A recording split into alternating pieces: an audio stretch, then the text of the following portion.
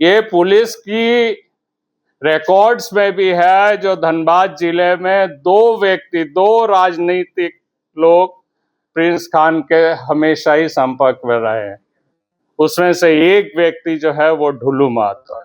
संसद की गद्दी से उतरेंगे, जिस दिन वो बीजेपी छोड़ेंगे, आप देखिएगा एनआईए उसको जेल भेज। वो अपने आप को राम भक्त कहते हैं, वो देशभक्त हैं और देश छोड़ने की भी बात कर रहे हैं। मतलब 400 करोड़ मिले तो वो देश छोड़ के चले जाएंगे। मैं कहता हूं वो दुबई में अपनी पूरी ठिकाना बना के रखे हैं, प्रिंस के माध्यम से सारा पैसा एवं पूरी ठिकाना वो दुबई में बना के रखे हैं। और जिस दिन वो सत्ता से हटेगी, अब 2029 के बाद देखिएगा वो दुबई भाग गए। मैं सरकार से मांग करता हूं जो उनकी पासपोर्ट से लेकर तमाम डॉक्यूमेंट जब्त करके रखा जाए, ताकि वो दूसरे के तरह भाग के देश छोड़ के भाग ना जाए। और उनके ऊपर एनआईए से लेकर सीबीआई की जांच होनी चाहिए। आपको याद होगा जब उनको लोकसभा की टिकट के बारे में बीजेपी गहन चिंतन कर रहे थे, कृष्ण अग्रवाल जी ने उसका विरोध किया था लिखित रूप से। किस तरीके से कृष्णा अग्रवाल को वो धमकाए थे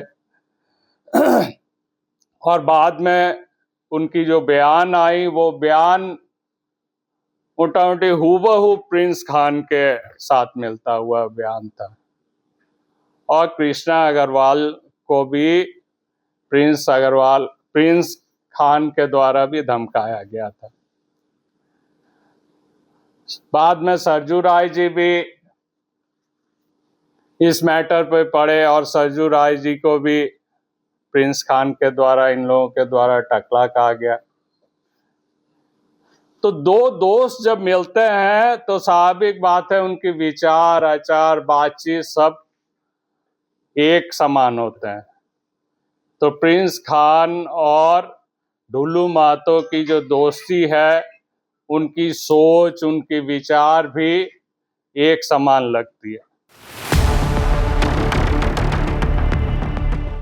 ढुल्लू ने सिर्फ लूटा है, अपने और अपने परिवार के लिए लूटा है, यही हम लोग जानते हैं।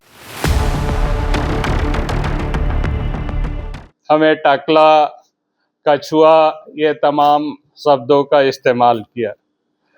अगर आप देखेंगे जो भाजपा या जनसंघ के जो नायक रहे हैं, श्यामा प्रसाद मुखर्जी, उनकी अभी प्रोग्राम पूरे देश भर में चल रही है 6 जून से 23 जुलाई तक। तो श्यामा प्रसाद मुखर्जी को ये मतलब अच्छी श्रद्धांजलि हमारे सांसद महोदय के द्वारा दिया गया है, जो वो भी हम समझते हैं जो उनके भी सर पे बाल नहीं थे। आप सरदार वल्लभ भाई पटेल के बारे में आप लोग जानते हैं, जो जिनकी इतनी बड़ी मूर्ति गुजरात में लगाई गई। वो भी अगर ढुल्लू महतो जी के कथन पर चले तो वो भी कछुआ एवं टकला है। ये तो छोड़ दीजिए, देश के गृह मंत्री अमित शाह जी, देश के हमारे डिफेंस मिनिस्टर राजनाथ सिंह जी, ओम बिरला जी, ये तमाम लोग अगर देखेंगे तो सब लोग टकला एवं कछुआ का प्रतीक है। धनबाद लोकसभा में भी बहुत ऐसे व्यक्ति होंगे जिन्होंने उनको वोट दिया है। ऐसे तमाम व्यक्तियों को वो गाली दे रहे हैं, तमाम लोगों को वो अपशब्द कर रहे हैं। धनबाद की ये तमाम लोग जिनको वो टकला या कछुआ कर रहे हैं, भविष्य में हमेशा याद रखेंगे इन चीजों को। एक तरफ जहां देश में बेटी बढ़ाओ, बेटी बचाओ, बेटी पढ़ाओ की नारा लगाते हुए सरकार आगे बढ़ रही है, और भ्रूण हत्या के खिलाफ लगातार पूरी देश में आप समझ रहे हैं गवर्नमेंट की पॉलिसीज है। तो उस जगह पर ये कहना है जो जिसका बेटा नहीं वो परिवार का दर्द क्या समझे, उसका मतलब ऐसे तमाम माता पिता को वो गाली दे रहे हैं, तमाम माता पिता को दोषी ठहरा रहे हैं जिसका बेटा नहीं है, जिसकी सिर्फ बेटी है। बेटियां जो है हमारा शान है, हमारी नाज है, हमारी 2 बेटी हैं, वो हमारी शान है। और बेटी हो या बेटा कभी भी हम लोग फर्क नहीं समझते, हम समझते हैं हमारी बेटी, चाहे इंदिरा गांधी हो, मार्garet थैचर हो, ऐसा हो जो कुपूत हो और कोयला चोरी हो करे, कोयला चोर बने, इससे अच्छा तो बेटियां हैं जो देश को पढ़ाई लिखाई करके का जो है वो देश को आगे ले जाए। बेटियां होना कोई गुनाह नहीं है। हम समझते हैं जो धनबाद लोकसभा क्षेत्र या पूरे देश की बेटियां, देश के तमाम माता पिता इस चीज को सुन रहे होंगे, जो हमारे लोकसभा के सांसद, हमारे धनबाद लोकसभा के सांसद किस तरीके से ऐसे तमाम गार्जियंस को खराब बोल रहे हैं जिनकी बेटा नहीं हुई, जिनका सिर्फ बेटियां है। और तो और हमारे देश के प्रधानमंत्री नरेंद्र मोदी जी की कोई भी संतान नहीं है, तो क्या वो भी इसी दर्जे में पढ़ते हैं? क्या डुल्लू महतो जी ये कहेंगे जो उनको भी परिवार का कोई दर्द नहीं है, वो भी परिवार सुख से नहीं सम्मिलित है, वो भी कभी देश के हित में काम नहीं करते हैं? तो इस तरीके के छोटा मानसिकता के लोग, हम लोगों को शर्म आती है जो वो हमारे को हमारा रिप्रेजेंट करते हैं पार्लियामेंट में।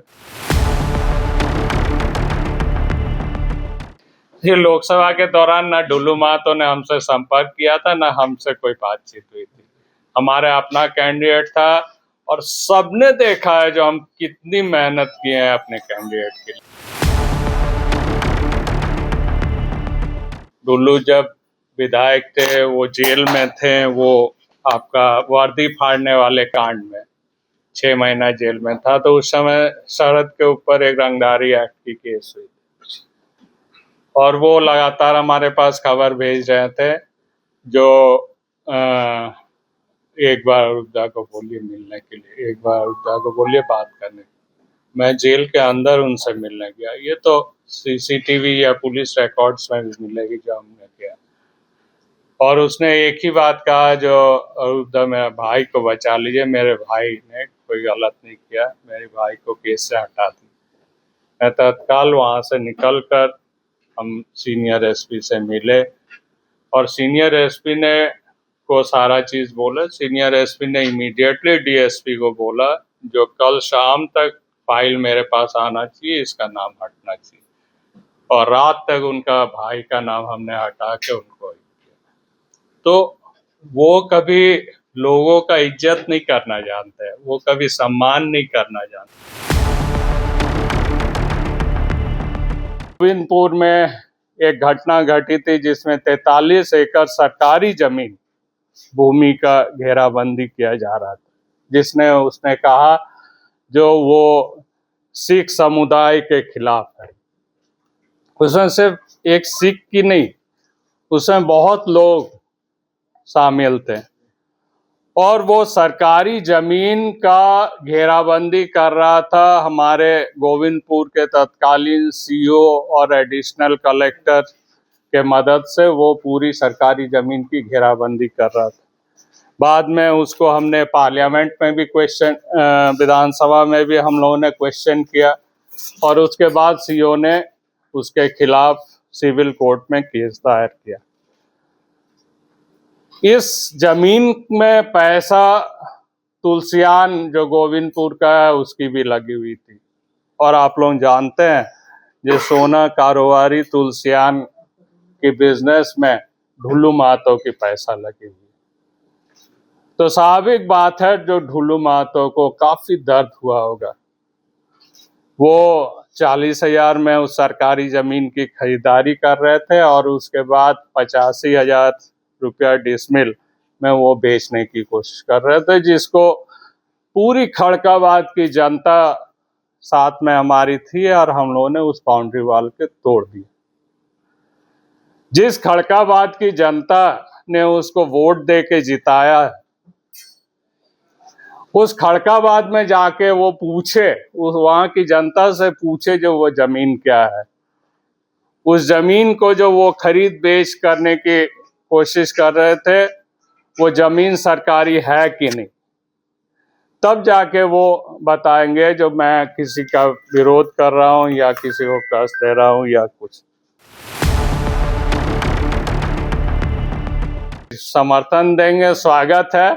मैं भूख हड़ताल 1 दिवसीय करूंगा वहां पर, उनके जो कोयला चोरी हो रही तमाम ये के लिए, और मैं कोई पार्टी सांगठनिक बैनर पर नहीं करूंगा, मैं जनता को लेकर वहां भूख हड़ताल करूंगा।